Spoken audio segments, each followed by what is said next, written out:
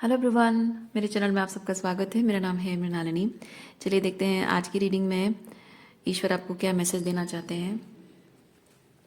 ये reading general reading है, तो आपको जितना रेजोनेट करता है उतना ही लीजिए। रीडिंग का जो भी पोर्शन आपको रेजोनेट नहीं करता है, हो सकता है वो आपके लिए ना हो, किसी और के लिए हो, तो ओपन माइंड रखिए। और रीडिंग का कुछ भी आपको अगर रेजोनेट नहीं करता है तो भी कोई बात नहीं, आप मेरा चैनल विजिट कर सकते हैं। उसमें आपको और भी बहुत सारे वीडियोज़ मिल जाएंगे। जो भी टाइटल आपको लगता है कि आपके लिए है तो आप देख सकते हैं वो वीडियो, शायद उसमें आपके लिए कोई मैसेज हो। जेंडर स्पेसिफिक नहीं है, एज स्पेसिफिक नहीं है, और टाइमलेस रीडिंग्स हैं, तो आपको जब भी रेजोनेट करता है आप उसे क्लेम कर सकते हैं। डियर यूनिवर्स, प्लीज़ बताइए जो भी कलेक्टिव इस रीडिंग को देख रहे हैं उनके हाईएस्ट गुड के लिए आप उन्हें क्या बताना चाहते हैं। Thank you for your grace, thank you for the love, thank you for abundance, thank you for healing, thank you for transformation,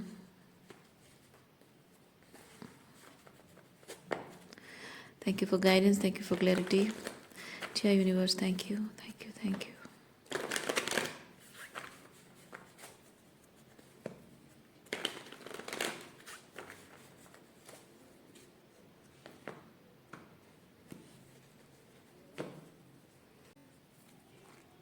bottom of deck में है 6 of wands, 2 of wands, death,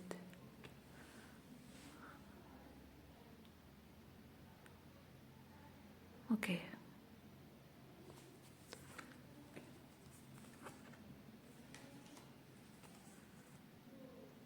oh, I सी।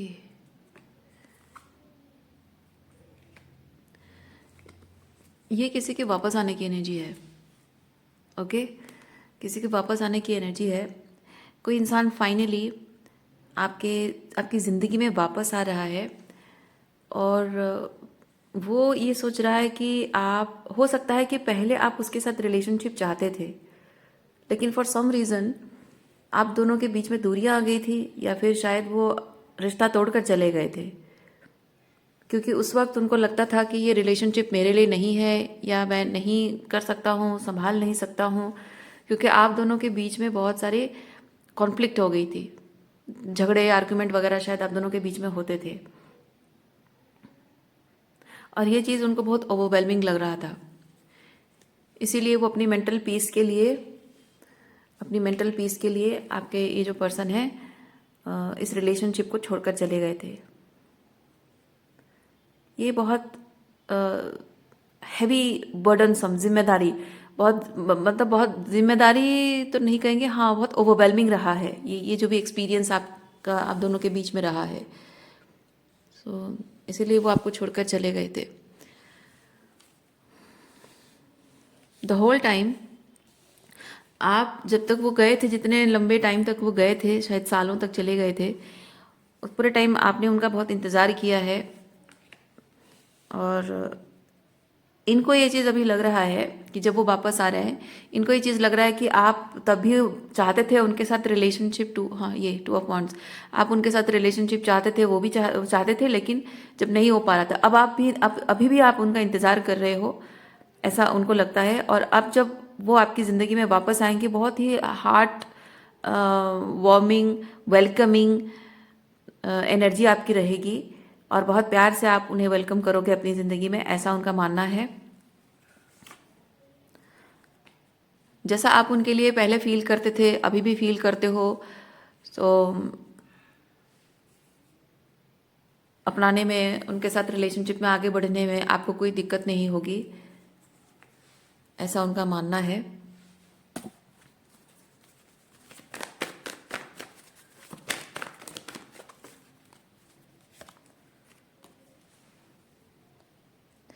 इनको लगा है कि इनके वापस आने से वो आपको अगर ये चीज़ कह देंगे, with the queen of cups, अगर वो चीज़ आपको कह देंगे कि हाँ, शायद उन्होंने कभी ना कहा हो, कभी ना कहा हो कि मैं तुमसे प्यार करता हूँ, या फिर अगर कहा भी हो तो ये रिलेशनशिप वर्कआउट नहीं हो सकता, इस बात से आपको दुख दुख हुआ है, उनको पता है। सो उनको ये चीज़ लगता है कि अगर मैं फाइनली मैं प्यार जता दूँ, मैं कह दूँ कि हाँ मैं तुमसे प्यार करता हूँ, या फिर फाइनली मैं कह दूँ कि मैं वापस आ गया हूँ, अब सब हमारे बीच ठीक हो जाएगा, अब मुझे समझ में आ गया है कि मैं रेडी हूँ इस रिलेशनशिप के लिए, तो आप खुशी से उछल पड़ोगे। उनको ऐसा लगता है, क्योंकि वो जो एक अ, उनके उनके चले जाने से जो दुख आपको हुआ है वहाँ पे ये हीलिंग है। सो इसीलिए खुशी से उछल पड़ोगे और खुशी के आंसू एकदम आ जाएंगे और खुशी खुशी उनको यस कह दोगे और गले लग जाओगे, उनका ऐसा सोचना है,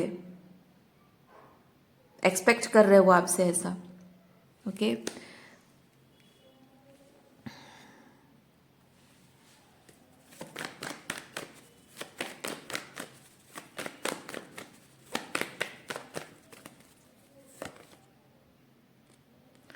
इनके चले जाने के बाद आपकी क्या हालत हुई है इस बारे में उनको कोई आइडिया नहीं है।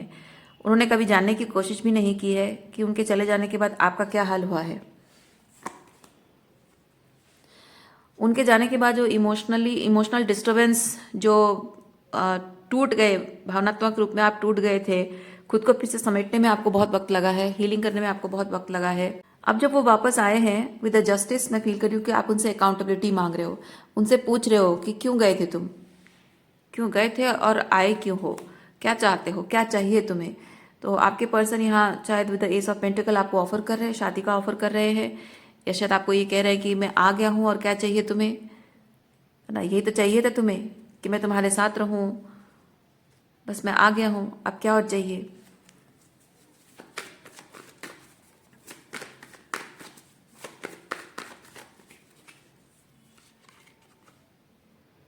लेकिन आप उन्हें रिजेक्ट कर रहे हो, आप उनको मना कर रहे हो, कह रहे कि नहीं अब नहीं हो सकता, वो पहले जो मैं चाहती थी या चाहता था अब वो चीज़ नहीं हो सकता है, क्योंकि अब मैं इंटरेस्टेड नहीं हूँ तुम में, अब मुझे इंटरेस्ट नहीं है, क्योंकि पास्ट में जो कुछ भी तुमने कहा किया वो सब जब तक तुम क्लियर नहीं करोगे तब तक मैं अपने दिल के दरवाजे नहीं खोल सकती हूँ। इंटरेस्ट की बात नहीं है, बात यह है कि आप हो सकता है आप में से किसी को इंटरेस्ट हो भी, किसी को ना भी हो, पर मेन है ये 4 ऑफ कप्स का मतलब ये चीज़ है कि जो जो पास्ट में, अतीत में जाते जाते जो दुख और तकलीफ तुम मुझे देके गए हो, जो अकेला छोड़कर गए हो, क्योंकि इस पर्सन को ये लगता है कि वो सिर्फ आप दोनों के बीच में जो केओस एंड कॉन्फ्लिक्ट चल रहा था, जिसको हैंडल करने के लिए वो बहुत ओवरवेलमिंग हो रहा था उनके लिए, ये ओवरवेलमिंग हो रहा था, बस उसी चीज़ से वो थोड़ा सा पीस, थोड़ी सी शांति पाने के लिए वो वापस चले गए थे, आप आपसे दूर चले गए थे। और जब उनको लगा कि अब फाइनली आपके और उनके बीच चीज़ें ठीक हो सकती है, तो इस पूरे दौरान जिस दुख तकलीफ, जिस पीड़ा से आप गुजरे हो, जिस अकेलेपन से गुजरे, उनको ये समझ में नहीं आ रहा कि it's not just taking time, it's abandonment. उनको लग रहा है कि वो टाइम ले रहे थे, थोड़ा सा उनको उनको समझना था, टाइम लेना था, लेकिन ये एब्सोल्युटली अबांडनमेंट है। फिजिकली अबांडन भी किया, इमोशनली अबांडन भी किया, और हो सकता है कि आप दोनों के बीच में बातचीत भी नहीं हो रही थी, क्योंकि यहाँ कोई क्लैरिटी नहीं है, मेंटल क्लैरिटी नहीं है कि ये रिलेशनशिप आगे बढ़ रहा है या नहीं बढ़ रहा है, वेट करना है क्या, आगे बढ़ना है, मूव ऑन करना है, क्योंकि डेथ तो है, एंडिंग है, लेकिन ये एंडिंग आप महसूस कर रहे हो और वो इस चीज़ को सिर्फ एक हॉल्ट, शायद एक पॉज समझ रहे हैं। तो ये जो स्ट्रगल आप अंदर ही अंदर स्ट्रगल कर रहे थे इमोशनली, इस चीज़ को कैसे हैंडल करूं, मन में रखूं, इंतज़ार करूं, नहीं करूं, आपने उसने ये किया, वो ऐसा कहा था, वैसा कहा था, क्यों ऐसा करके चला गया, ये एब्सोल्यूट अबांडनमेंट है। और जो अबांडनमेंट की वजह से जो पेन आपको मिला है, उस पेन से आप उभर नहीं पा रहे हो। वो जो मन में बहुत सारे सवाल उठे थे आपके मन में, शायद ये कॉन्फ्लिक्ट की वजह से वो किसी भी सवाल का जवाब ना देकर ऐसे ही चले गए थे, जब जस्ट अपनी मेंटल पीस के लिए, कोई क्लैरिटी दिए बिना। तो अब वो सारी चीज़ें आपके दिमाग में सवाल बनकर बैठे हैं और आप उस चीज़ से उभर नहीं पा रहे हो। और हो सकता है कि आपने खुद ही खुद को क्लोजर दिया हो, खुद ही, और उसके उसके अलावा कोई चारा ना रहा हो आपके पास। सालों तक शायद आप सोचते रहे ये सवाल का जवाब मुझे चाहिए, मुझे ये पूछना था, मुझे ये जानना था। उभर ये होता है पास्ट से उभर ना पाना। और शायद सालों तक यही चीज़ में आप इसी एनर्जी में रहते रहते रहते रहते अल्टीमेटली न चाहते हुए भी आपको मजबूर होकर खुद को क्लोजर देना पड़ा है, खुद को मेंटली प्रिपेयर करना पड़ा है आपको कि आपको हीलिंग करनी होगी, और हीलिंग के अलावा आप और कोई चारा नहीं है। और आपके ये जो पर्सन है, इनको ये नहीं पता, इनको सिर्फ पता है कि एक पॉज है, हमारे बीच एक पॉज है, या अबांडन करके चले गए हैं और इससे आपको कितनी तकलीफ हो रही है उस बात का अंदाजा भी नहीं है।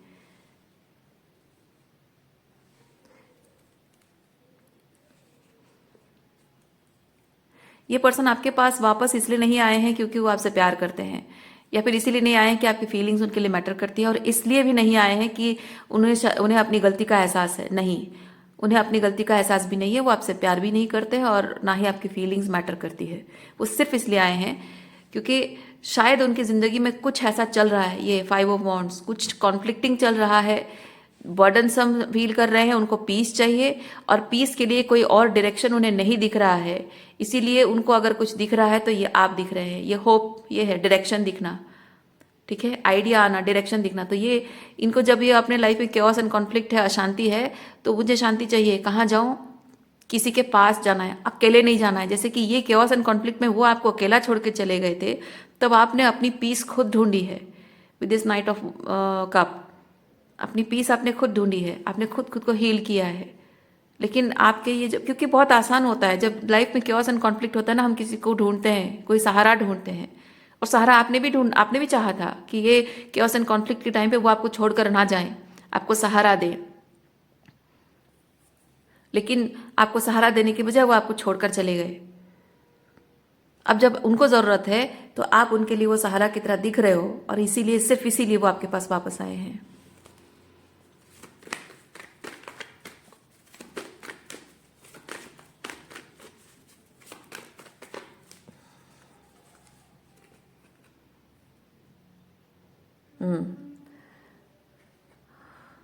आपको शायद इस चीज़ को हील करने में सालों लग गए हैं। ये सालों की एनर्जी, बहुत स्लो मोशन, मतलब इनकी ज़िंदगी आपको जब छोड़ के गए होंगे ना, तो इनकी ज़िंदगी में सब कुछ एकदम रैपिड स्पीड में सब कुछ होता रहा होगा, और जबकि बहुत कुछ मूवमेंट इनके लाइफ में हो रहा है, तो इनको पता ही नहीं चल रहा है कि वो पीछे क्या छोड़ के गए हैं और आपको किस हालत में छोड़ के गए हैं। साइकोलॉजिकली, इमोशनली आप किस चीज़ से होकर गुजर रहे हो, इनको आइडिया तक नहीं है, क्योंकि आपके बारे में वो सोच भी नहीं रहे। उनके लाइफ में इतना कुछ हो रहा है कि वो आपके बारे में सोचना ज़रूरी भी नहीं समझ रहे हैं। लेकिन आपकी लाइफ वहीं पॉज हो गई थी, वहीं एकदम स्लो डाउन, एकदम स्लो मोशन में। जैसे ही वो गए, एकदम आपकी लाइफ स्लो मोशन हो गई, और हर एक दर्द को, हर एक तकलीफ को, हर एक पेन को, हर एक बिट्रेयल को, हर एक ट्रॉमा को, हर एक अबांडनमेंट को आपने वो नॉन अकाउंटेबिलिटी,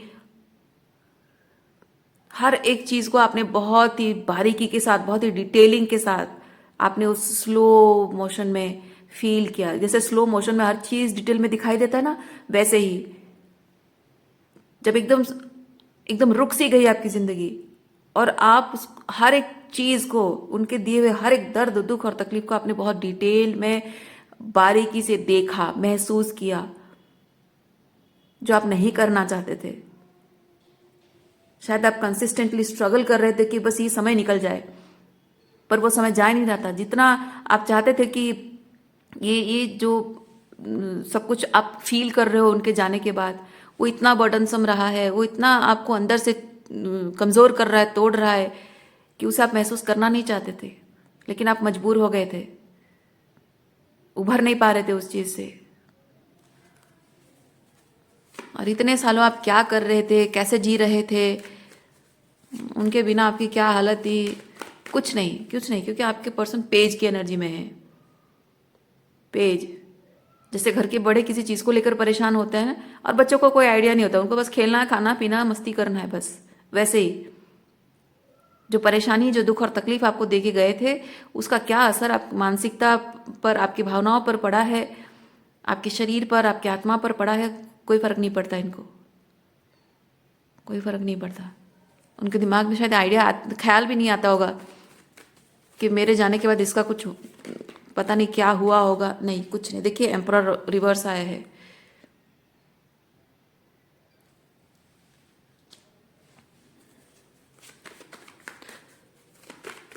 आपके ये जो पर्सन है ना, द होल टाइम आप ये सब प्रोसेस कर रहे थे, और ये आवारगी, आवारापन मतलब समझते हैं ना आप? यस, ये उनके अंदर की आवारगी है। आपको शायद लगा था कि आप फाइनली उन पर भरोसा कर पाओगे। जब आप पहले मिले थे, ये सेपरेशन से पहले, आपको शायद पहले लगा था कि उनकी बड़ी बड़ी बातें, ये होता है थोड़ा सा, जबकि एम्प्रर है तो एम्प्रर के अंदर थोड़ा सा ईगो भी होता है, क्योंकि लाइट और डार्क साइड हर कार्ड में यहाँ पे लाइट और डार्क साइड दोनों है।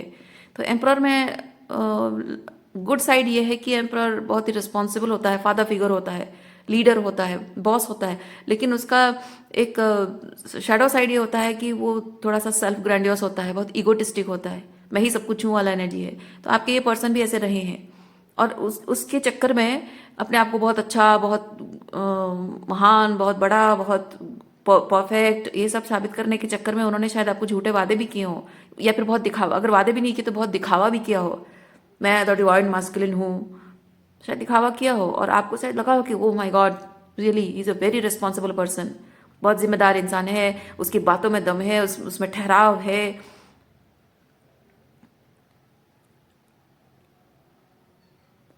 मैच्योरिटी है, वादों का पक्का है, रिस्पॉन्सिबल है, ऐसा आपको लगा हो, इसलिए आपको लगा हो कि हाँ इसमें ये अच्छी अच्छी क्वालिटी मैं देख रही हूँ, सो ये मेरे लिए परफेक्ट हस्बैंड मटेरियल है।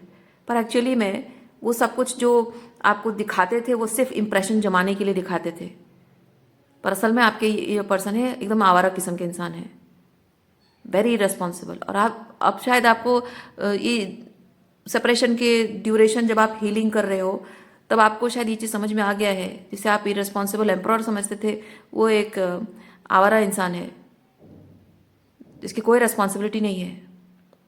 मतलब रेस्पॉन्सिबिलिटी है लेकिन रेस्पॉन्सिबिलिटी का एहसास उसके अंदर नहीं है,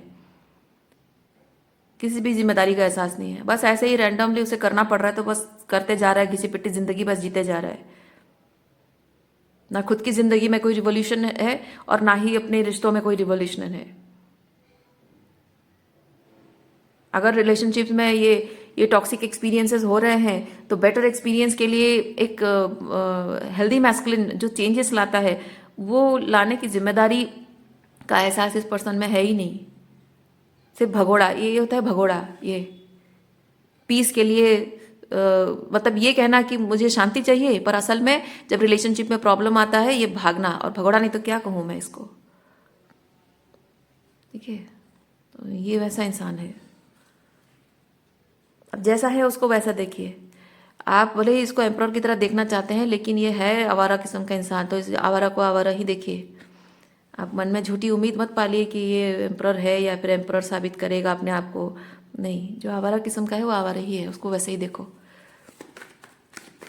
जो जैसा है उसको वैसे ही प्रैक्टिकली देखो, उतना ही आपके लिए सेफ है। एक्सेप्ट कर लेना ही आपके लिए सबसे आप ही के भले के लिए है, आप ही का कल्याण होगा अगर आप जो जैसा है उसको देखोगे। अपने रोज़ कलर ग्लासेस से किसी को अपने देखिए, फैंटेसी, आपकी इमेजिनेशन फैंटेसी है, यूनिवर्स आपको वही चीज़ कह रहा है, अपनी फैंटेसी से किसी को मत देखो, जो जैसा है उसको वैसा देखो, जिसने जो आपके साथ किया है उसके उसी नज़र से देखो। ठीक है, जो जैसा है उसी नज़र से देखो।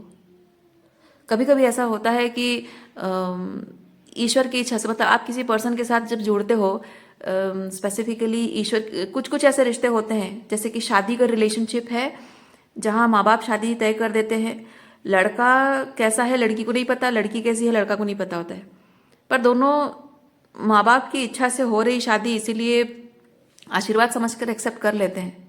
आपने शायद उस चीज़ को वैसे एक्सेप्ट कर लिया कि हाँ माँ बाप ने शादी तय की है, कुछ तो अच्छा देखा होगा उसमें, तो आशीर्वाद, माता पिता का आशीर्वाद समझ के आपने शादी कर ली, एक्सेप्ट कर लिया।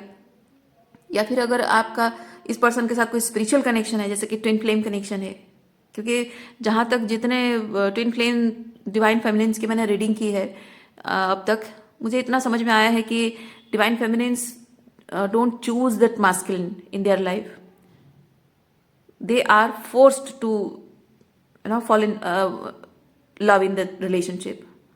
उस रिलेशनशिप में आने के लिए ईश्वर उनको ऐसे साइंस देते हैं, ऐसे कनेक्शंस, वो डीप कनेक्शन, वो स्पिरिचुअल कनेक्शन ईश्वर उस इंसान के साथ फील कराते हैं। अगर ऐसा नहीं होता तो शायद वो हर डिवाइन फेमिनिन के मुंह से मैंने सुना है, अगर ईश्वर ने मुझे स्पिरिचुअल कुछ साइंस उसके बारे में नहीं दिया होता तो शायद मैं उसे नहीं चुनती, क्योंकि उसमें ऐसे बहुत सारे रेड फ्लैग्स दिखते हैं, या फिर उनके टाइप का नहीं होता है वो। पर ऐसे ईश्वर ने जबरदस्ती प्यार करने के लिए मजबूर कर दिया होता है, तो वो भी चलो ठीक है, कोई नहीं, आपने शायद उसको भी एक्सेप्ट कर लिया हो कि हाँ ये ईश्वर का आशीर्वाद है, ईश्वर की इच्छा है, ये शायद होगा कुछ इसमें कुछ बात होगी उसमें, इसलिए शायद ईश्वर ने हम दोनों को जोड़ा है। तो चाहे वो मैरिज रिलेशनशिप हो या फिर ट्विन फ्लेम जर्नी हो, ईश्वर का या माता पिता का आशीर्वाद समझकर आपने अपना लिया, और इस इंसान ने शायद उसको एक आशीर्वाद की तरह ना देखा हो, शायद मजे लेने के लिए, entertainment, page of wands, page of cups, ये थोड़ा होता है डिल्यूजनल होना, और एंटरटेनमेंट है, मस्ती मस्ती वाला एनर्जी है। अरे आवारापन तो आप देख ही रहे हो। सो रिलेशनशिप में आने से पहले इस इंसान ने शायद इस बारे में कभी सोचा नहीं कि ये आपने इस रिलेशनशिप को आशीर्वाद समझकर अपनाया है, तो वो इस बारे में सोचे कि वो भी इस रिलेशनशिप को निभाना चाहेगा या नहीं, या निभा सकता है या नहीं। बिना सोचे समझे शायद उसने भी एक्सेप्ट कर लिया, मान लिया कि हाँ है, चलो आगे बढ़ते हैं इस रिलेशनशिप में। पर जब आपकी रिलेशनशिप में प्रॉब्लम आई, प्रॉब्लम तो होगी किसी रिलेशनशिप में, कुछ ना कुछ तो प्रॉब्लम होगी, अप्स एंड डाउन्स तो होते ही है। तो जब रिलेशनशिप में प्रॉब्लम आई तो ये कॉन्फ्लिक्ट आ गया, तो उनको कोई रास्ता नहीं दिखा, सीधा भाग गए। मन की शांति चाहिए, प्रॉब्लम हो रहा है बोल के भाग गए।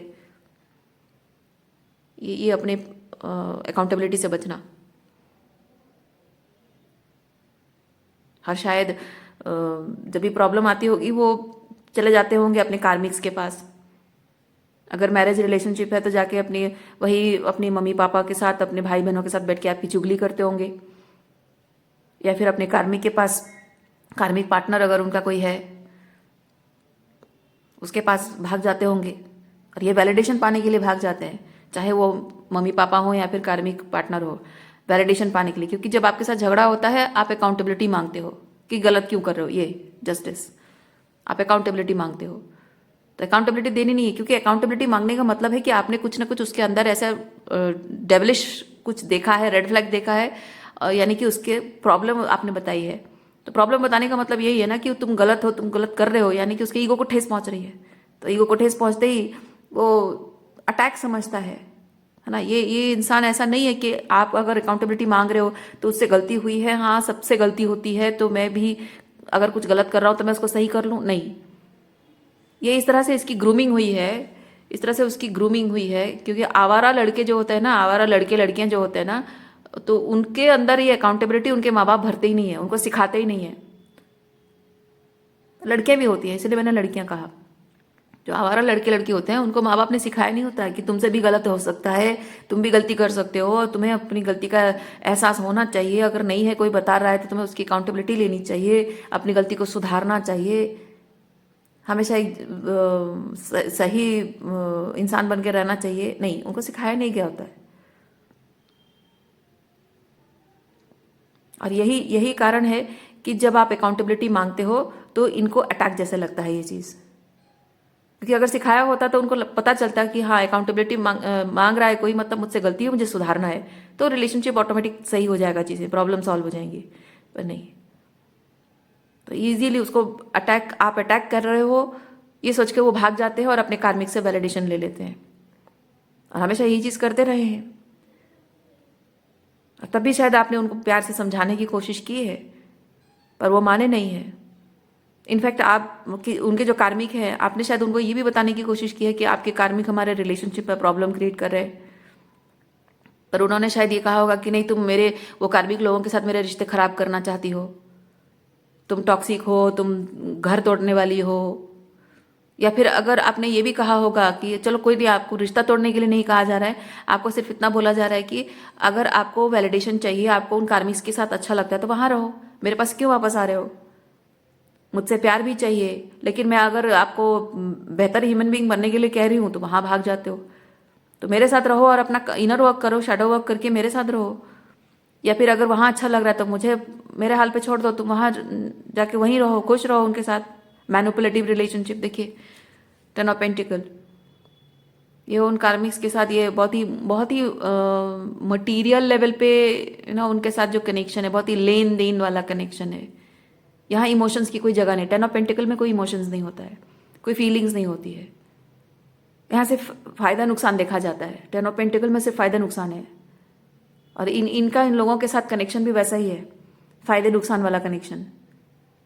तो आपके साथ भी उनको वही चीज़ दिखता है कि फायदा है तो साथ रहूंगा, फायदा नहीं है तो नहीं रहूंगा। लेकिन आपका तो रिलेशनशिप को लेकर गोल अलग है, 10 ऑफ कप्स।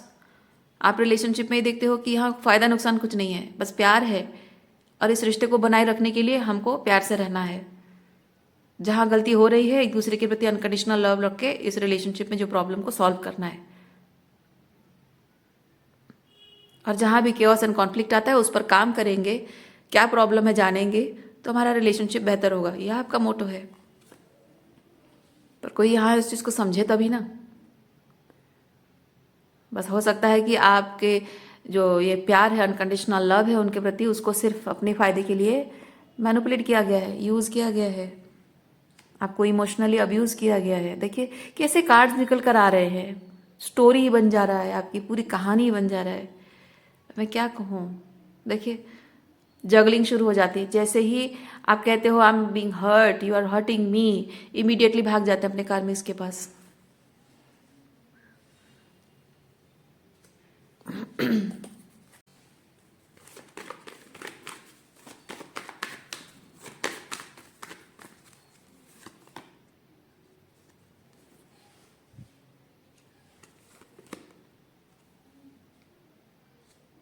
आप इनसे एक्सपेक्ट कर रहे हैं कि इन्हें कभी अपनी गलती का एहसास होगा।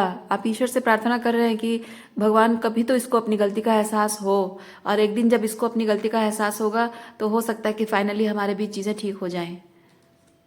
और शायद इसी का इंतज़ार आप करते रहे हैं सालों तक, और आपको लगा कि ये जो सेपरेशन में आप दोनों हैं इस पूरे सेपरेशन में अगर वो अकेले चले गए हैं, this person has chose to you know walk away, तो हो सकता है उस दौरान उनको विद द हर्मिट शायद उनकी गलती का एहसास हो, शायद वो कॉन्टेम्पलेट करें। लेकिन पूरा टाइम आपके पर्सन आपके बारे में बिल्कुल नहीं सोच रहे थे, क्योंकि ये है वो अदर ऑप्शंस ट्राई कर रहे थे, वो ढूंढ रहे थे वो इमोशनल इंटीमेसी। इमोशनल इंटीमेसी तो मैं नहीं कहूँगी, क्योंकि इमोशनली इंटीमेट होना क्या होता है उनको शायद नहीं पता है। क्योंकि ये इस तरह की मानसिकता के जो लोग होते हैं ना, आप इमोशनल इंटीमेसी की बात करो, उनको लगता है कि सेक्सुअल इंटीमेसी ही इमोशनल इंटीमेसी है। वो नहीं समझते, वो डिफरेंस को नहीं समझते हैं।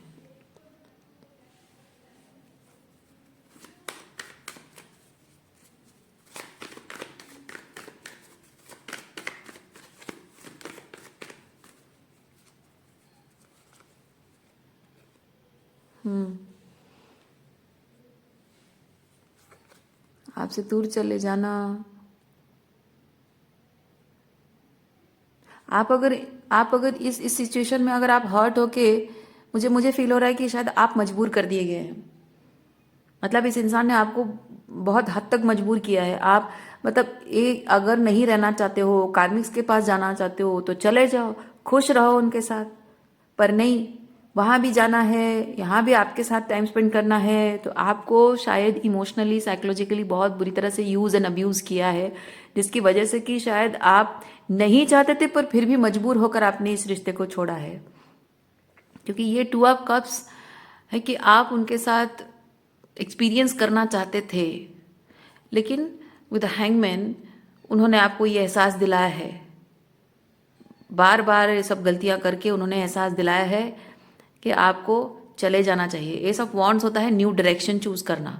यहाँ यहाँ है कि you are choosing that person, पर यह है कि you are choosing yourself. So इसीलिए मैं कह रही हूँ शायद आपको इतना मजबूर कर दिया कि ना चाहते हुए भी आपको उनको छोड़कर जाना पड़ा हो। और जब आप उनको छोड़ के गए होगे तो इस पर्सन को ये चीज़ लगा होगा कि शायद आपको दूसरा कोई मिल गया है, और शायद इसीलिए आप उसे छोड़कर, ये होता है ना, ये एस ऑफ वॉन्ड्स ये भी होता है कि कोई नया मिल गया है। तो ये देखिए सेम एनर्जी है 2 of cups and S of wands में। इमोशनल इंटीमेसी आप चाहते थे, नहीं मिला तो आप अपने आप को चुन रहे हो, लेकिन उनको ये लग रहा है कि आपको शायद कोई और मिल गया है और इसीलिए आप उनको छोड़ के जा रहे हो, ऐसा उनका मानना है। मैं इसीलिए कह रही हूँ इमोशनल इंटीमेसी नाम की चीज़ ऐसे लोगों को समझ में नहीं आती है। इनको लगता है बस कोई दूसरा मिल गया तो इसीलिए वो ऐसी बातें करके चली गई, या फिर बाकी सेक्सुअल इंटीमेसी वगैरह को वही इमोशनल इंटीमेसी मानते हैं। इसीलिए बहुत ही फिजिकल लेवल पे है ना, बहुत ही 3D लेवल पे, फिजिकल लेवल पे इनका रिलेशनशिप को देखने का नज़रिया है। तो इमोशंस मैटर नहीं करता उनके लिए। अगर मेरे साथ है तो है, मेरे साथ अगर नहीं रह पा रही है मतलब कोई और मिल गया, बस बात खत्म। इसीलिए इसीलिए आपके साथ जब ये कॉन्फ्लिक्ट हो रहा है तो ये देख रहा है कि आप हो उनके साथ लेकिन कॉन्फ्लिक्ट हो रहा है, यानी कि आप जाना नहीं चाहते तो वो चले गए, क्योंकि उनको यही बहुत ही 3D लेवल की लाइफ है ना, तो उनको ये दिख रहा है कि मैं इसके साथ नहीं रह पा रहा हूँ तो मैं चला जाऊंगा किसी और के पास।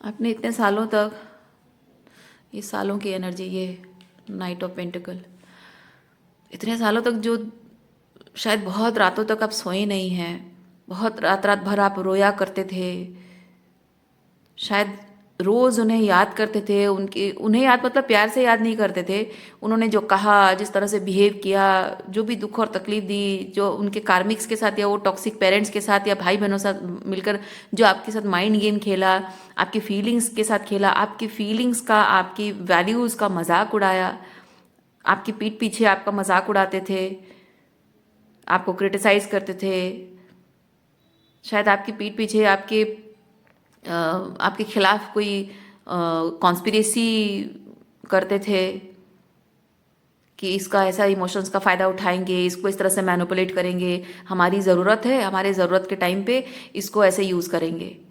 सो थोड़ा बहुत प्यार जता देंगे और फिर काम हो गया, फिर उसको उसके हाल पे छोड़ देंगे। वो सब चीज़ें मैं फील कर रही हूँ कि इन लोगों ने आपके साथ जो जो किया है वो हर एक बात, भले ही आपके पास कोई एविडेंस नहीं है, भले ही आपने उनको रेड हैंड नहीं पकड़ा है, लेकिन आप समझ पाते हो, आप फील कर पाते हो, जो जो आपके पीठ पीछे किया है वो सब बातें आपको पता है। और इस इंसान को इतना भी आइडिया नहीं है कि आपको पता है। अपनी माँ के साथ मिलकर या अपनी बहन के साथ मिलकर आपकी पीठ पीछे बोलते होंगे कि हाँ तुम जाओ वहाँ पे जाके अपनी सेवा करवाओ, खाओ पियो, मस्त एंजॉय करो, मैं उसको थोड़ा सा बहला फुसला के प्यार जता दूंगा, थोड़ा अच्छे से बिहेव कर दूंगा तो खुश हो जाएगी। खुशी के मारे वो तुम्हारे लिए या मतलब भाई बहन हो या मम्मी पापा हो, उनके लिए बहुत कुछ करेगी, बहुत सेवा करेगी।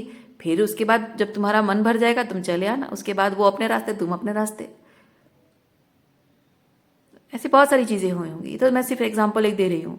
ऐसी बहुत सारी चीज़ें हुई होंगी जो आपके पीठ पीछे हुई है, आप फील कर पा रहे हो उस एनर्जी को, क्योंकि वो उसके लिए कोई एविडेंस की ज़रूरत नहीं है, क्योंकि जब वो मीठी मीठी बातें करते हैं आप विश्वास कर लेते हो और फिर वो आके अपना फ़ायदा उठा लेते हैं, अपना काम कर लेते हैं। उसके बाद जब उनकी एनर्जी शिफ्ट हो जाती है, चेंज हो जाती है, एकदम से चेंज, आपको लग रहा है कि वो फाइनली अब बदल रहे हैं, सुधर रहे हैं, थोड़ा आजकल बेटर बिहेव कर रहे हैं, आप खुश हो जाते हो, खुशी के मारे बहुत कुछ कर लेते हो उनके लिए। और जब एकदम से उनका काम होने के बाद एनर्जी शिफ्ट हो जाती है एकदम, फिर वही कोल्ड हो जाते हैं, एकदम cold, rude, unkind and cold behave करने लगते हैं, जैसे आप एग्जिस्ट ही नहीं करते हो, जैसे आप मैटर ही नहीं करते हो। तब आपको समझ में आता है कि इस तरह से आपकी भावनाओं के साथ खेला जा रहा था। ऐसी बहुत सारी चीज़ें हुई हैं जो आपके पीठ पीछे हुई है और आपको पता है, और आपने शायद बहुत टाइम तक इस चीज़ को चुपचाप सहा है। और आप ये होता है चुपचाप सहना और रातों को रोना। देखिए आपको बहुत सारी चीज़ों के बारे में मेंटल क्लैरिटी है, बहुत सारी चीज़ें आपको, भले ही आपने इनकाउंटर ना किया हो। ये देखिए बाबा, किंग ऑफ पेंटिकल, आपके पर्सन बहुत बहुत मटेरियलिस्टिक है, बहुत मटेरियलिस्टिक, बहुत मनी माइंडेड है, बहुत मतलब success, fame, name, reputation, social status, ये सब चीज़ें बहुत मैटर करता है उनको। बहुत ईगो है, अगर पैसा कमाते हैं ना, पैसों का बहुत ईगो है। प्रॉपर्टी अगर है, प्रॉपर्टी का बहुत ईगो है। अपने अपने आप को लेकर भी बहुत ईगो है, अपनी बॉडी को लेकर भी बहुत अहंकार है, बहुत घमंड है इनको कि मैं दिखने में बहुत हैंडसम हूँ या बहुत खूबसूरत हूँ।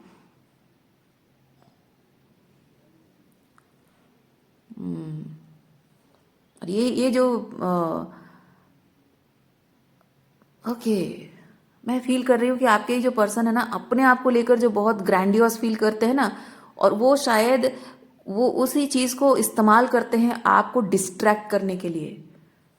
ओ माय गॉड, मतलब कि आप जब ये 9 ऑफ सॉर्ड्स की एनर्जी में आते हो, उनसे आप सवाल पूछते हो, और जैसे ही सवाल पूछते हो ये पर्सन कुछ ना कुछ ऐसा करते होंगे, लाइक अच्छे से तैयार हो जाना, हीरो जैसे या हीरोइन जैसे दिखना, थोड़ा सा सिडक्टिव दिखना, या फिर कुछ कुछ पैसा खर्चा करना, या कुछ ना कुछ ऐसा करना, शो ऑफ कुछ ऐसा करना जिससे कि इम्प्रेसिव लगे, वो इम्प्रेसिव लगे, और उस इम्प्रेशन में आप भूल जाओ, वो टॉपिक पे जो बात करना चाहते हो वो भूल जाओ, ऐसा वो शायद ट्राई करते हैं।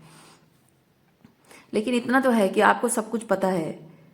आप वो चीज़ भले ही फॉर द टाइम बीइंग आप उस चीज़ को इग्नोर कर देते हो, लेकिन वो एनर्जी कहीं जाती नहीं है, वो आपको याद रहता है कि हाँ उन्होंने ऐसा कहा था या किया था। और शायद ये जो सेपरेशन के पीरियड में ओके, मुझे ये किंग ऑफ पेंटिकल के साथ और भी एनर्जी फील हो रही है कि आपके ये जो पर्सन है ना, अगर सेपरेशन के टाइम पे वो आपके लिए कुछ लेकर आया करते थे, बीच बीच में अगर वो आते थे आपके पास सेपरेशन के टाइम पे, तो शायद कुछ पैसे लेकर, कपड़े लेकर, खाना पीना चीज़ लेकर, या कभी आपको पैसे ऑफर करते थे। वो इसलिए नहीं क्योंकि वो आपका ख्याल करते हैं, इसलिए नहीं क्योंकि आपको पैसों की ज़रूरत होगी या कुछ नहीं, वो सिर्फ दिखाने के लिए देखो मेरे पास इतना पैसा है, मैं तुम्हारी ज़रूरतें पूरी कर सकता हूँ, सब कुछ कर सकता हूँ, बस तुम थोड़ा घमंड करना छोड़ दो, तुम अपना ईगो छोड़ दो, ये जो अकाउंटेबिलिटी मांगती रहती हो मुझसे मुझसे अपनी गलतियां सुधारने के लिए कहती रहती हो, ये सब करना छोड़ दो। देखो मेरे पास कितना पैसा है, तुम्हारी सारी ज़रूरतें पूरी कर दूंगा, मैं सब कुछ दूंगा तुम्हें।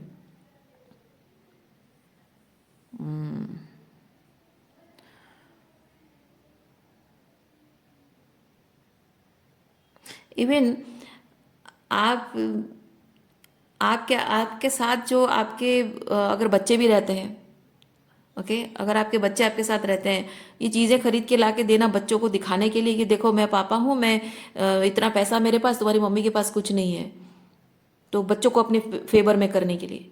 या फिर आपके मम्मी पापा को शायद अगर अपने पेरेंट्स के साथ या अपने भाई बहनों के साथ आप अगर रहते हो, तो वो दिखाने के लिए, या आपके आसपास पड़ोसी रिश्तेदारों को दिखाने के लिए कि देखो ये मुझे मुझे छोड़कर चली आई है, पर मैं कितना केयरिंग हस्बैंड हूँ, कितनी परवाह है मुझे इसकी कि मैं आज भी, ये मुझे छोड़कर आई है फिर भी मैं इसके ज़रूरतों का ख्याल रख रहा हूँ, पैसे दे रहा हूँ, वो दिखाने के लिए, तो सब लोगों को अपने फेवर में करने के लिए और आपको अकेला कर देने के लिए, ये उनकी चाल है। ये जो कुछ भी करते रहे हैं, आपको ये 9 ऑफ सॉर्ड्स की एनर्जी में अकेला छोड़ के जाना है ना, ये सब चीज़ें आपकी पीठ पीछे जो हुआ है, कुछ बातें जो उन्होंने कही नहीं है, कुछ जो आपके फोन के इधर आर पार हुई है, यानी कि कॉल्स पे डिजिटली बातें हुई है, कुछ हो सकता है फिजिकली हुई है, कुछ हो सकता है कि डिजिटली बातें हुई हैं। तो जैसे होता है ना, आप डिजिटली मैसेज किया करते हो तो उसमें वॉइस नहीं सुनाई देता है, वो टोन सुनाई नहीं देता है, वो एग्रेशन सुनाई नहीं देता है, वो ये आवारापन है, ये छोटापन है ना, मीन माइंडेडनेस, वो बातों में लहजों में पता चलता है, लेकिन जो चैट्स में मैसेजेस में होता है ना, वो आपको समझ में नहीं आता है कि किस घटिया लेवल पे जाकर इंसान बोल रहा है कोई चीज़, वो समझ में नहीं आता है, लेकिन आप एनर्जी को सेंस कर पाते हो। वो भले ही समझ रहे हैं कि उन्होंने जिस छोटेपन में, ओझेपन में उन्होंने जो काम किया या बोला, आपको शायद उसका अंदाज़ा नहीं है, पर आपको सब पता है। आपको सब पता है कि उनके किस बात के पीछे क्या इंटेंशन है, वो क्या कर रहे हैं, क्यों कर रहे हैं, सब पता है आपको। आपके पीठ पीछे भी जो कुछ भी करते रहे हैं, मतलब जो चीज़ आपने देखा नहीं, सुना नहीं, विटनेस नहीं किया, वो चीज़ें भी आपको पता है। जो विटनेस किया वो भी पता, जो विटनेस नहीं किया वो भी आपको पता है। और ये पर्सन सोचता है कि आपको कभी ये सब पता नहीं चलेगा। जब आपको पता ही नहीं चलेगा तो आप अकाउंटेबिलिटी नहीं मांगोगे। तो पता नहीं चला तो वो मतलब करते रहे हैं तो वो बात छुप जाएगी, पर उन्हें नहीं पता है ये बात कि ये बात छुप नहीं सकती, नहीं छुप सकता, कुछ भी नहीं छुप सकता। सब आपको पता है, जो बात उन्होंने कही और जो नहीं कही सब पता है, जो उन्होंने छुपाई वो भी।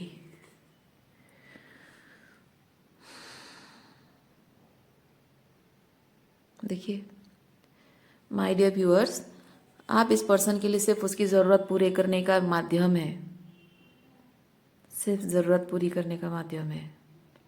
आप अगर इस पर्सन से सेपरेट होने के बाद, लाइक हस्बैंड वाइफ अगर हो, सेपरेट होने के बाद आप फाइनेंशियली इंडिपेंडेंट हो गए होगे ना, तो ये पर्सन आपके पास वापस आया होगा। हो सकता है कि उसके पास बहुत पैसा है, आपसे भी ज़्यादा पैसा कमाता होगा, लेकिन आपके फाइनेंशियल इंडिपेंडेंट होने में उसको नुकसान है।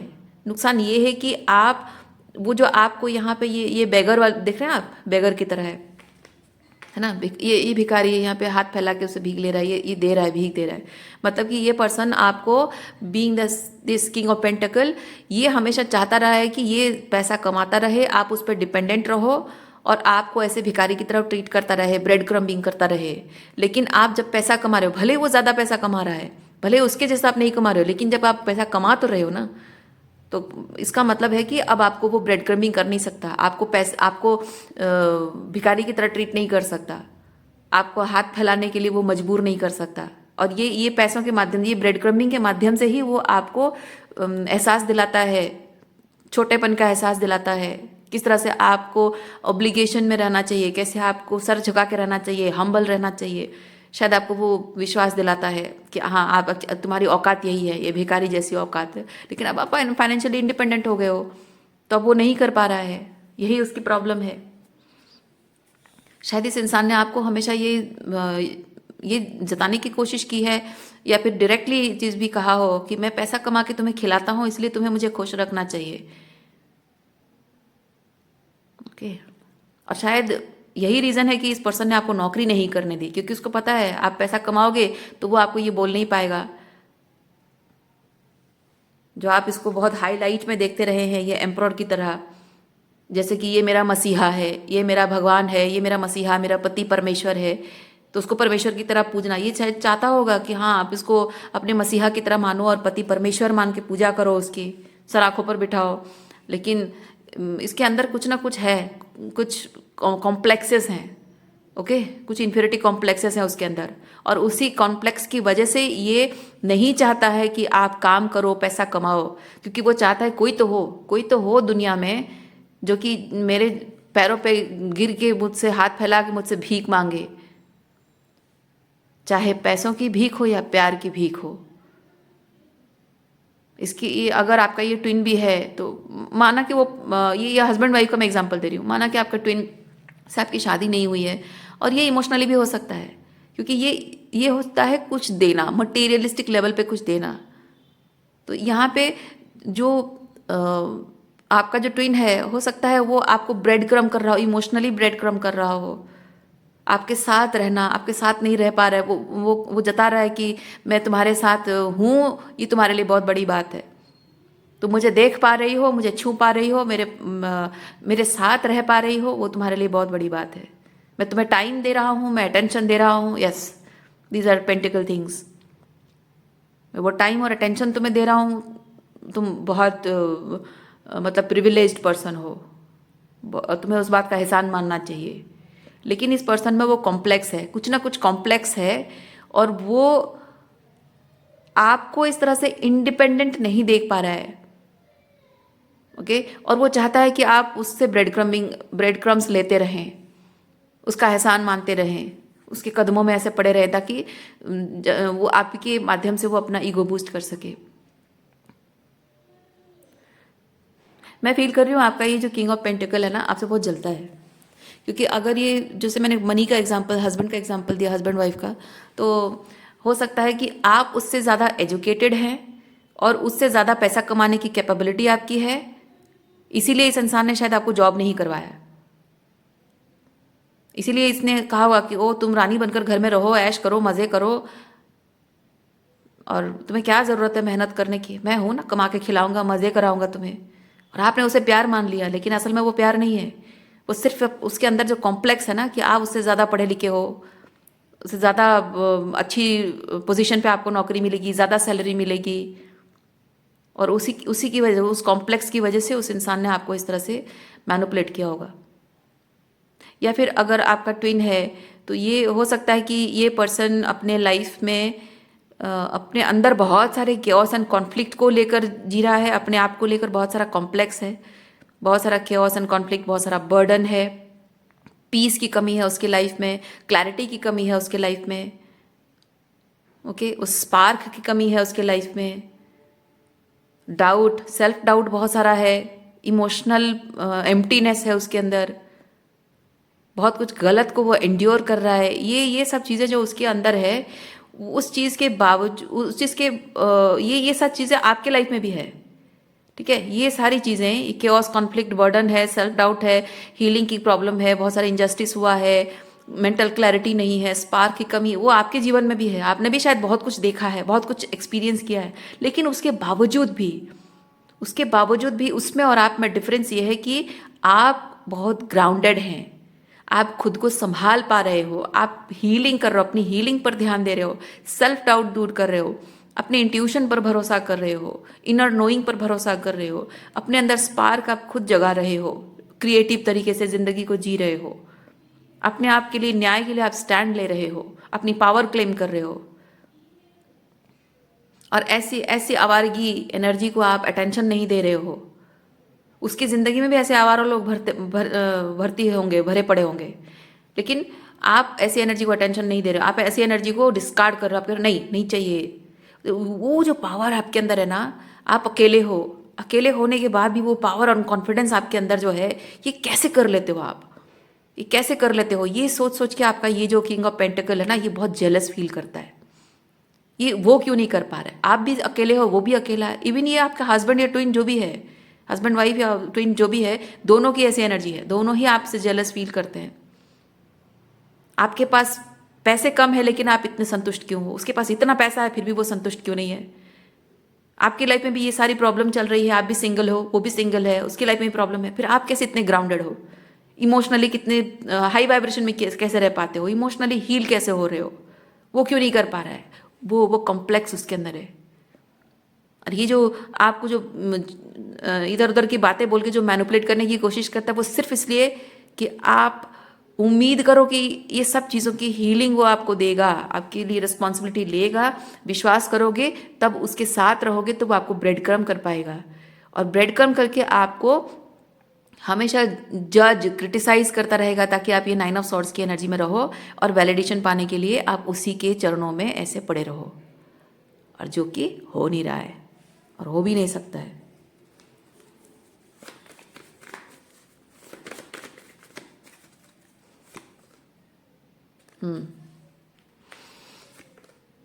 सवाल ही नहीं उठता है। देखिए, ये इंसान चाहता है, जो मैंने कहा अभी वही चीज़ वो चाहता है।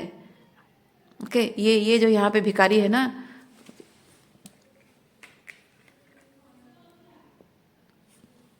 वो चाहता है कि आप ये बन जाएं, पर वो होने से रहा। व्हील ऑफ फॉर्चून, आप बदल गए हैं, आप बहुत बदल गए। ये हो नहीं पा रहा है, ये जो वो बदलने की कोशिश कर रहा है वो हो नहीं पा रहा है, और हो भी नहीं सकता, क्योंकि जो इंसान एक बार अकेले रहना सीख ले, वो किसी चीज़ से नहीं डरता। जिस इंसान ने अपने दुख और तकलीफ और ट्रॉमा से अकेले हीलिंग की है, वो किसी भी तरीके का कोई भी थ्रेट, कोई भी टॉक्सिसिटी, कोई भी रेड फ्लैग सामने आता है ना, डरता नहीं है वो इंसान, इनसिक्योर नहीं फील करता है। और आपने वो सीख लिया है, कैसे करना है वो आपने सीख लिया, आपने खुद अपने आप की हीलिंग की है। ये देखिए, you have become the mother and you have healed your inner child. आपने अपनी इनर चाइल्ड हीलिंग खुद की है, खुद ही खुद को हील किया आपने। इसीलिए आप दुनिया की कोई भी ताकत आकर आपको डरा नहीं सकती, ये कुछ नहीं कर सकते आपका। और इस पर्सन का अभी इंटेंशन सिर्फ यही है कि किसी भी हाल में बस आप ये जो तलवार लेकर हो ना, ये जस्टिस की तलवार लेकर जो है, ये चाहता है किसी भी तरह इमोशनली मैनिपुलेट करके, किसी कैसे भी करके, प्यार जताकर, झूठे वादे करके आपके हाथ से ये तलवार, चाहता है कि वो तलवार गिर जाए। ओके, तलवार गिर जाए और आप ये क्वीन ऑफ वॉन्ड्स बन जाओ। भाई यही चाहता है, पर ये होने से रहा। 8 ऑफ कप्स अनफुलफिलिंग है, जो अनफुलफिलिंग है उसको लेट गो किया जा रहा है।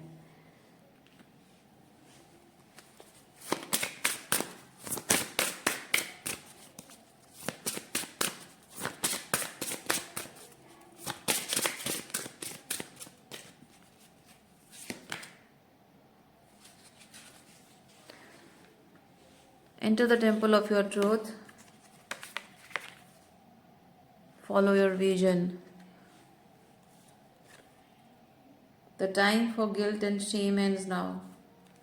आपको शायद इस बात का रिग्रेट है कि मैंने इस इंसान को कैसे चुन लिया, कैसे पसंद कर लिया मैंने इसको, कैसे मैंने इसको हाँ कर दी, कैसे मैंने इसको इतना इतना अपने लाइफ का इतना इम्पोर्टेंट, इतना प्रेशियस टाइम, अपना प्रेशियस एनर्जी, अपना प्यार, अपने इमोशंस, इतना सब कुछ कैसे मैंने इस पर आंखें बंद करके भरोसा करके कैसे मैंने डेडिकेट कर दिया इसको, और इतने साल कैसे मैंने इसके साथ बिता दिए, या इसकी याद में कितने साल मैंने बिता दिए।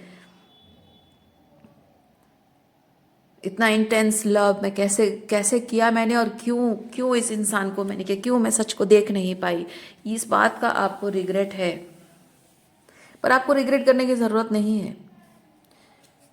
आपको रिग्रेट करने की ज़रूरत नहीं है। आपके इस इंसान से मिलने के पीछे आपके कुछ एंसेस्ट्रल पैटर्न्स रहे हैं, कुछ इमोशनल, कुछ ट्रॉमा, शायद फैमिली इश्यूज रहे हैं, narcissistic parent, toxic wounded feminine mother, या टॉक्सिक ब्रदर, मैनिपुलेटिव मदर, इस तरह की एनर्जी रही होगी, और कुछ एंसेस्ट्रल पैटर्न्स हैं, और उसकी वजह से आपने इस टॉक्सिक पर्सन को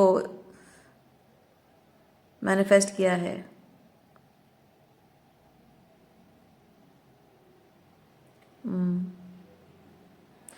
ये एक कॉमन बात है किसी भी इंसान की ज़िंदगी में, स्पेसिफिकली लड़कों का तो मैं कह नहीं सकती, बट हाँ मैंने लड़कियों में ये चीज़ ऑब्जर्व किया है। लड़कियों की ज़िंदगी में अगर टॉक्सिक फादर मदर हैं, फैमिली डायनामिक अगर उन लड़कियों का लाइफ में अच्छा नहीं है, अर्ली स्टेज ऑफ लाइफ में अगर अच्छा नहीं है, तो इमोशनल एम्प्टीनेस जो होता है, जो अबांडनमेंट, पेरेंट्स से जो अबांडनमेंट, इमोशनल अबांडनमेंट मिली होती है, उसकी वजह से लड़कियों के मन में ये चीज़ होता है कि मुझे कोई ऐसा पार्टनर मिल जाए जो कि इमोशनली फुलफिलिंग हो, इमोशनल मतलब भावनात्मक रूप में मुझे वो प्यार, वो अपनापन मिले जो मुझे मेरे फादर या मदर से नहीं मिली है, या फादर एंड मदर से नहीं मिली है। तो जनरली ऐसा होता है। लड़कों का तो मुझे पता नहीं है, क्योंकि मैं तो लड़की हूँ, तो मुझे जितना पता है मैं वही बता रही हूँ। लड़कियों का पर्सपेक्टिव, उनका साइकोलॉजी में बता रही हूँ। तो जनरली ऐसा होता है लड़कियों में कि माँ बाप से जो इमोशनल अबांडनमेंट में मिली होती है, सिर्फ इमोशनली अबांडनमेंट नहीं, बल्कि एक इंसान को जनरलाइज करके कह रही हूँ, सिर्फ लड़कियों की बात नहीं कर रही हूँ। एक बच्चे को जब बचपन में अपने माँ बाप से किसी तरीके का कोई भी वैलिडेशन नहीं मिला होता है, उसको माँ बाप, एक नार्सिसिस्ट फादर बच्चे को एहसास दिलाता है कि तुम्हारी प्राइवेसी कुछ है ही नहीं, तुम्हारे खुद के अपने कुछ सपने हैं नहीं, होने नहीं चाहिए, जो हो तुम मेरी वजह से हो, मैंने पैदा किया है, मेरे बच्चे हो तो तुम मेरी प्रॉपर्टी हो। ठीक है, तो टॉक्सिक पेरेंट्स, माँ बाप दोनों ही अपने बच्चों को ये एहसास दिलाते हैं, हमने पैदा किया है, हमारे हाड़ मान से पैदा हुए हो, यानी तुम हमारी प्रॉपर्टी हो, हमारा हिस्सा हो, तुम अलग कुछ हो नहीं, तुम्हारी अलग आइडेंटिटी कुछ है नहीं, अलग कुछ सोचने का तुम्हें हक नहीं है, अलग सपने देखने का हक नहीं है। हम जो सपने देखेंगे तुम्हारे लिए, हम जो डिसाइड करेंगे वही तुम्हें जीना पड़ेगा। तुम्हारी प्राइवेसी नाम की कोई चीज़ है ही नहीं, तुम्हें कोई हक नहीं है प्राइवेसी मेंटेन करने का, मी टाइम लेने का तुम्हें कोई हक नहीं है, तुम्हारी अलग जिंदगी नहीं है, हम जो डिसाइड करेंगे तुम्हारे लिए तुम्हें वही जीना पड़ेगा।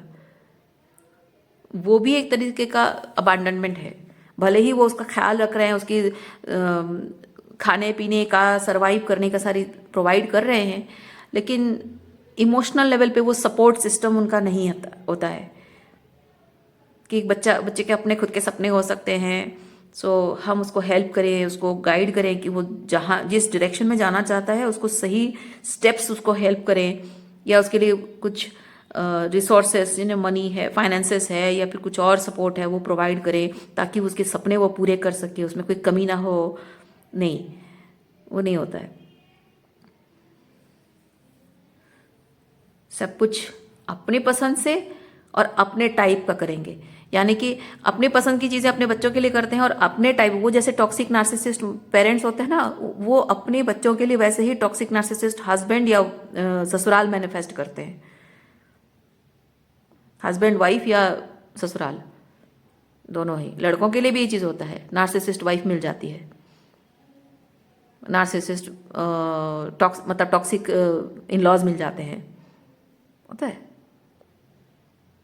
और ये अबैंडनमेंट इश्यूज आपके रही है, आपके साथ ये सब हुआ है और उसको आप शायद हीलिंग नहीं किया आपने, और अपने टॉक्सिक पेरेंट्स से सिर्फ बचने के लिए शायद आपने शादी कर ली होगी, या फिर वो खुद पर काम करना, अपने अपनी ज़िंदगी की, अपने सपनों के, अपनी खुशियों की रिस्पॉन्सिबिलिटी लेना, उसके लिए बहुत हिम्मत चाहिए होती है। जब आप एक छोटे बच्चे हो, कॉलेज में भी पढ़ते हो, तभी जब आप फाइनेंशियली अपने फादर पे डिपेंडेंट हो, आपने दुनिया नहीं देखी है, माँ बाप की नज़रों से दुनिया देखी है, और ये चीज़ होता है ना कि माँ बाप ऐसे सिचुएशन में, ऐसे टॉक्सिक माँ बाप क्या करते हैं, आपको सोशल होने नहीं देते हैं, आपको सोशलाइजेशन करने नहीं देते हैं, अपने रिश्तेदारों से भी आपको मिलने नहीं देंगे, दोस्त बनाने नहीं देंगे, क्योंकि आप जितना ज़्यादा सोशलाइज करोगे उतना ज़्यादा आपको रिलेशनशिप, क्या बोलते हैं उसको, हेल्दी रिलेशनशिप पैटर्न्स के बारे में आपको पता चलेगा।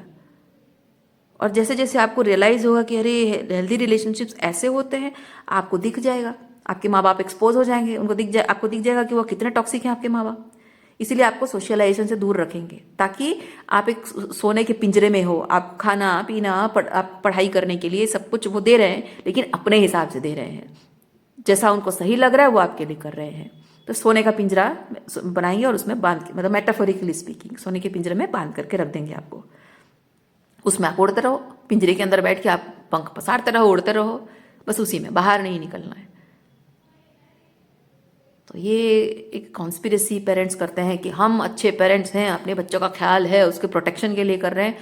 नहीं, ठेंगा प्रोटेक्शन, कोई प्रोटेक्शन नहीं है, ये सिर्फ अपने ईगो को बनाए रखने के लिए माँ बाप करते हैं। और यही वजह होती है कि जब आप हीलिंग नहीं कर पाए हो, जाहिर सी बात है, आपको जब तक आप इंडिपेंडेंट नहीं हो जाते हो, आपके अंदर वो हिम्मत नहीं आ जाती है, उनसे लड़ने, उनके खिलाफ खड़े होने की हिम्मत नहीं आ जाती है, तो जाहिर सी बात है आप उस पर काम नहीं कर रहे हो।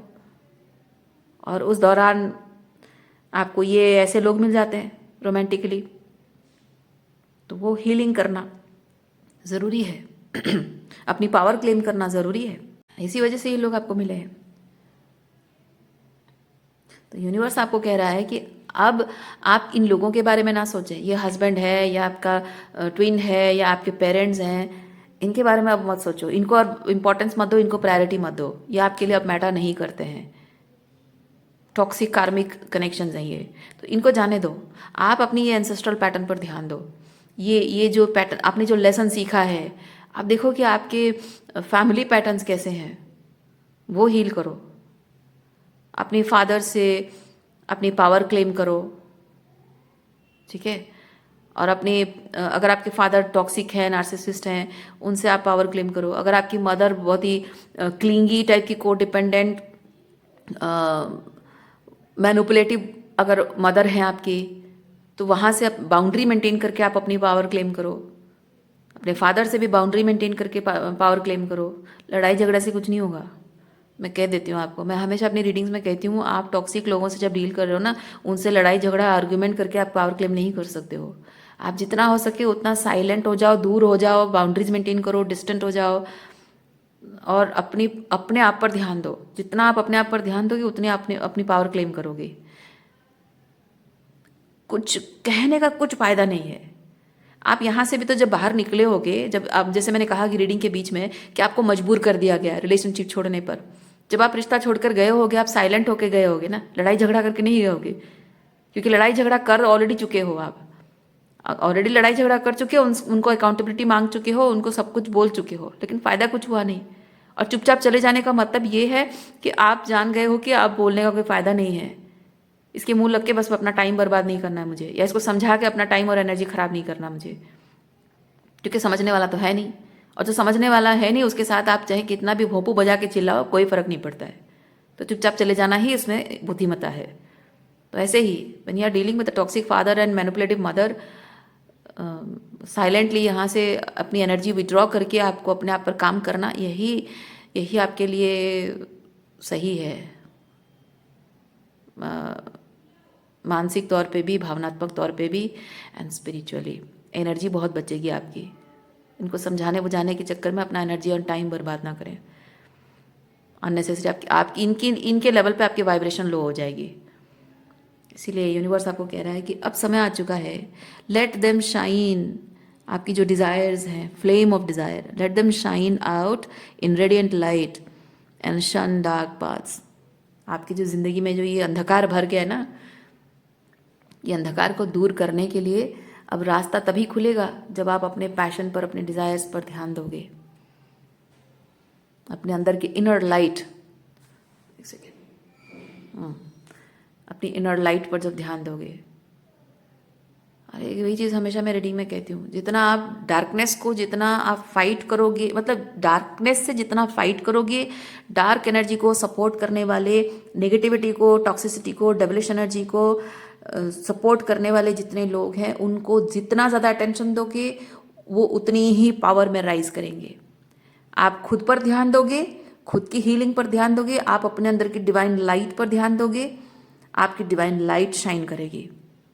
तो अब ये आपके हाथ में है, आप डेविल की टॉक्सिसिटी पर इम्पोर्टेंस दे रहे हो, उसे शाइन करा रहे हो, या अपने अंदर की लाइट को इम्पोर्टेंस देकर अपने भगवान की उस प्योर लव, अनकंडीशनल लव को शाइन करा रहे हो। ये सब आपके हाथ में है। और अकॉर्डिंगली आप अपने जीवन की इस यात्रा में, ये यात्रा नहीं जंग है, स्पिरिचुअल वॉर है, तो इस जंग में आप जीतोगे या हारोगे उसी पर निर्भर करता है।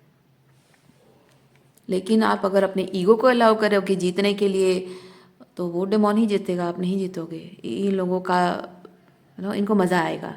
आप अपने ईगो को अलाउ करोगे ना, ये छेड़ेंगे, आपको परेशान करेंगे, गुस्सा दिलाएंगे, इरिटेट करेंगे, और आप उसमें अगर उलझ जाओगे तो उलझते ही रहोगे, कुछ नहीं हो पाएगा आपका। ओके